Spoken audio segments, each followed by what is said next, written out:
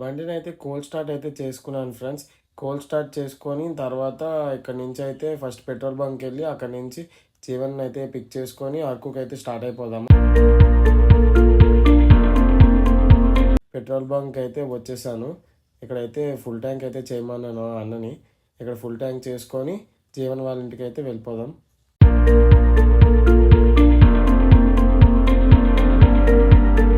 మన బండిలోకి అయితే 1265 పాయింట్ ఎంతో చేంజ్ అయితే పడింది ఫ్రెండ్స్. ఇంకా అలా వాళ్ళకి క్యాష్ అయితే ఇచ్చేసి అక్కడి నుంచి అయితే బయలుదేరిపోయాను. మీకు జీవన్ అంటే ఎవరో తెలియదు కదా, ఈడే జీవన్. నేను 6 o'clock అయితే వీళ్ళ ఇంటికి వస్తే 6:45 అయితే వచ్చాడు. ఇంకా అలా లేట్ చేయకుండా స్టార్ట్ అయితే అయిపోయాం. ఆల్రెడీ ఎన్ఏడి జంక్షన్ వరకు అయితే వచ్చేసాం. చూడండి ఎన్ఏడి జంక్షన్ బోర్డు ఇది. అలా ఎన్ఏడి జంక్షన్ ఫ్లైఓవర్ అయితే ఎక్కి మనం ఫ్లైఓవర్ ఎక్కిన తర్వాత అయితే పెందుర్తి వైపు అయితే తిరగాలి. పెందుర్తి వైపు తిరిగిన తర్వాత అక్కడి నుంచి స్ట్రైట్గా అయితే వెళ్ళిపోవాలి మనం.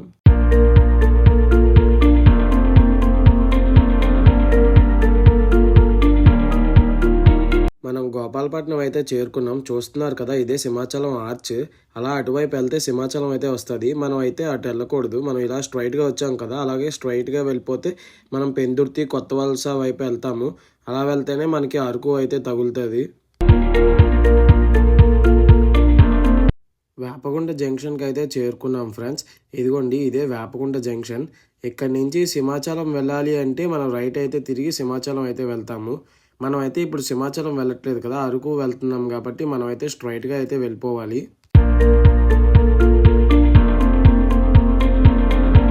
చూడండి, ఇదే పెందుర్తి ఆంజనేయ స్వామి గుడి.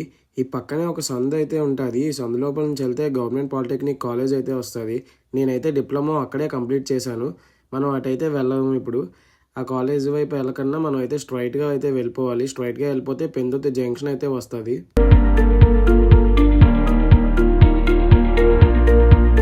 పెందుర్తి జంక్షన్కి అయితే వచ్చేసాము. చూడండి, ఎన్టీఆర్ బొమ్మ అయితే ఉంటుంది సెంటర్లో. మనం ఇక్కడ నుంచి స్ట్రైట్గా అయితే వెళ్ళిపోవాలి. పెందుర్తి నుంచి స్ట్రైట్గా వెళ్ళిపోతే కొత్త వలస ఎస్కోట అయితే వస్తుంది. చూడండి, ఇలా స్ట్రైట్గా వెళ్ళిపోతూ ఉండాలి మనం. మీరు ఫ్లైఓవర్ చూస్తున్నారు కదా, అదే మన అనకాపల్లి విజయనగరాన్ని కలిపే ఫ్లైఓవర్ అయితే అది. మనం ఈ ఫ్లైఓవర్ కింద నుంచి అయితే స్ట్రైట్గా అయితే వెళ్ళిపోవాలి అరకుకి.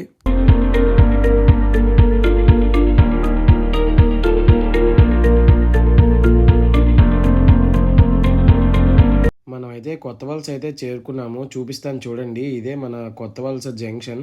ఇక్కడ నుంచి మనం ఇలా స్ట్రైట్గా వెళ్తే ఎస్కోట్ అయితే వస్తుంది. మనం ఎస్కోట్ వైపు వెళ్తేనే మనం అరకు అయితే వెళ్ళగలం.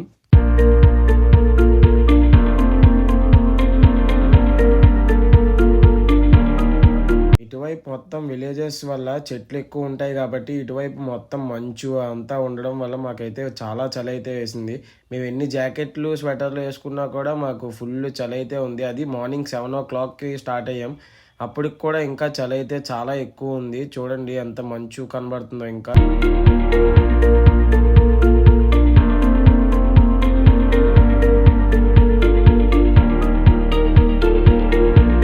విలేజెస్ వల్ల సీనరీస్, ఆ ఫామ్ ఫీల్డ్స్ అన్నీ అయితే చాలా బాగా అయితే ఉన్నాయి.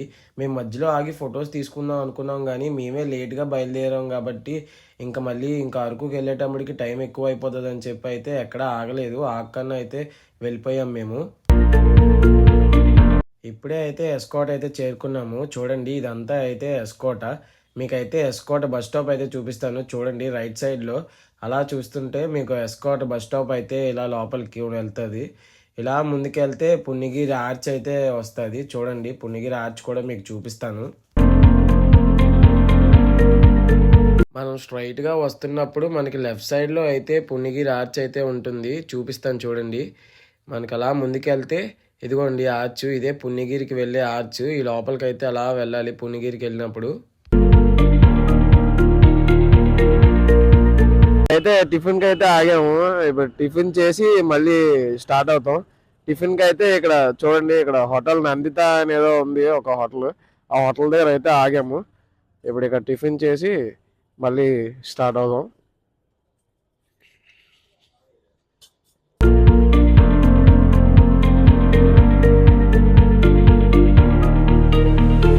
ఇప్పుడే టిఫిన్ అయితే తిన్నాం ఫ్రెండ్స్.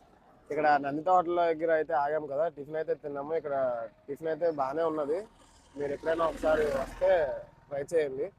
నేనైతే పూరి తిన్నాను. పూరి అయితే 40 రూపీస్ తీసుకున్నారు. ఇక్కడైతే ఆనియన్ రవ్వ వస్తున్నాడు, అది 40 రూపీస్ అయితే తీసుకున్నారు. ఓకే, బాగానే ఉన్నది. ఒకసారి ఎప్పుడైనా ఇటు వస్తే ఈ హోటల్లో అయితే ట్రై చేయండి. టిఫిన్ తినిన తర్వాత అయితే ఇంకెక్కడ ఆగకూడదని అయితే స్టార్ట్ అయిపోయాము.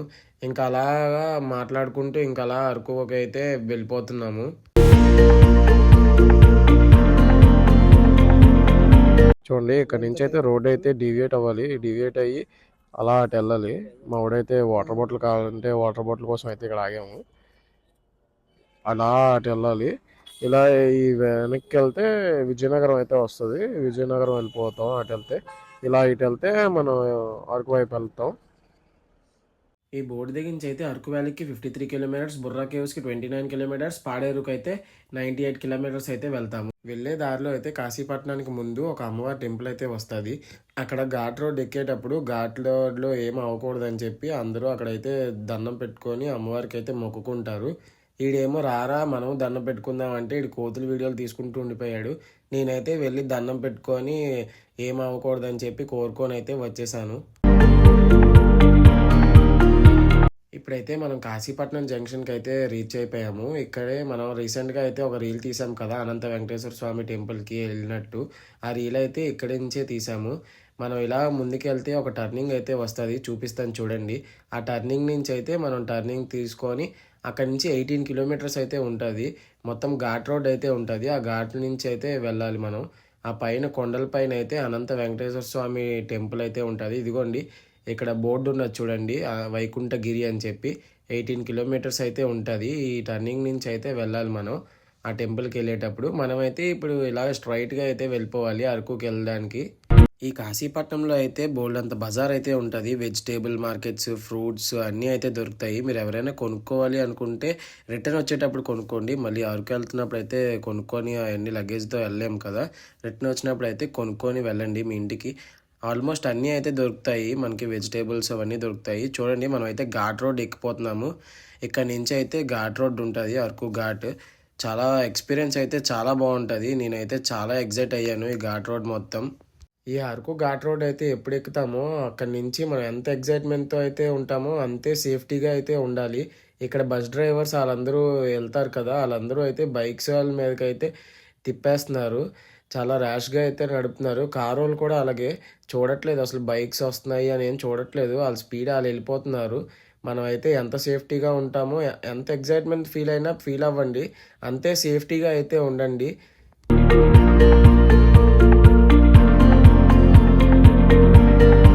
ఘాట్ రోడ్స్లో అయితే ఫస్ట్ టైం నడిపిన వాళ్ళు అయితే చాలా సేఫ్టీగా వెళ్ళండి. చూడండి కర్వ్స్ ఎలా ఉన్నాయో, ఎంత కరువుగా ఉందో.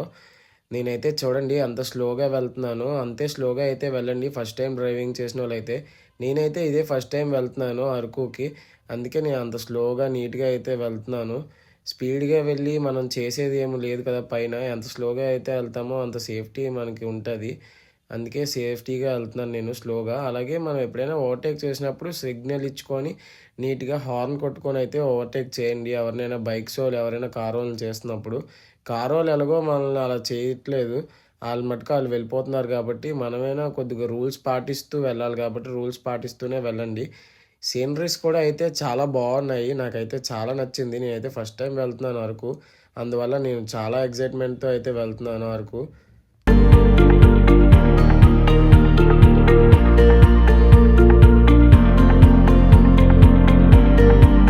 మీరు ఈ రోడ్డు కింద చూడగలిగితే స్టెప్ ఫార్మింగ్ అయితే చేస్తున్నారు.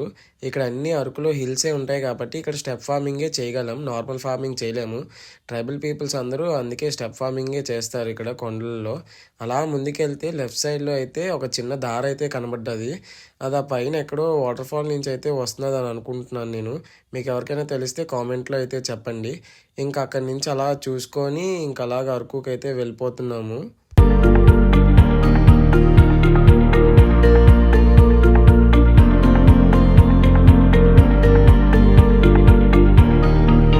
ఇందాకలా స్టెప్ ఫార్మింగ్ గురించి అయితే చెప్పా కదా, స్టెప్ ఫార్మింగ్ చేస్తున్నారని. ఇదిగోండి ఇక్కడ కూడా అవే ఫీల్స్ ఉన్నాయి. ఇక్కడ అన్నీ వెళ్ళే దారిలో అన్నీ అవే కనబడుతున్నాయి మాకు, స్టెప్ ఫార్మింగ్సే కనబడుతున్నాయి.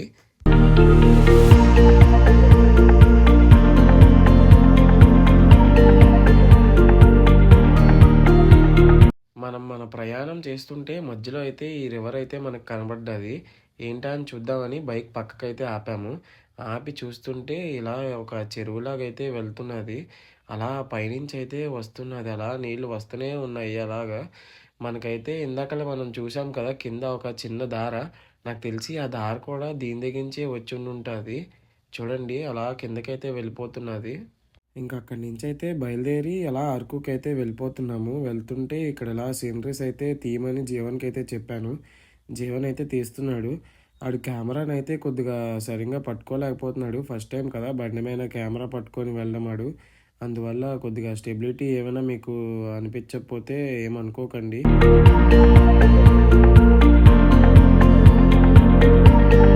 మేమైతే ఫస్ట్ డైరెక్ట్ అరకు అయితే వెళ్ళట్లేదు. First Borra caves, Katika waterfalls ఎళ్ళే దారిలో అయితే చూసుకొని వెళ్దామని అనుకున్నాము.